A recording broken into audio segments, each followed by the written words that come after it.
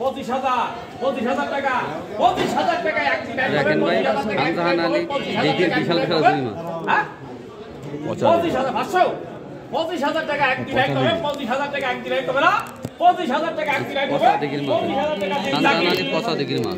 এই দর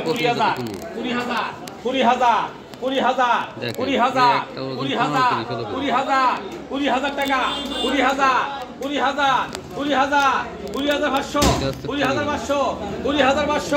20,500 ভাই জাকির ভাই 21,000 টাকা 21,000 টাকা একটি লাইক হবে 21,000 টাকা আগে ফ্রি হয়ে যায়।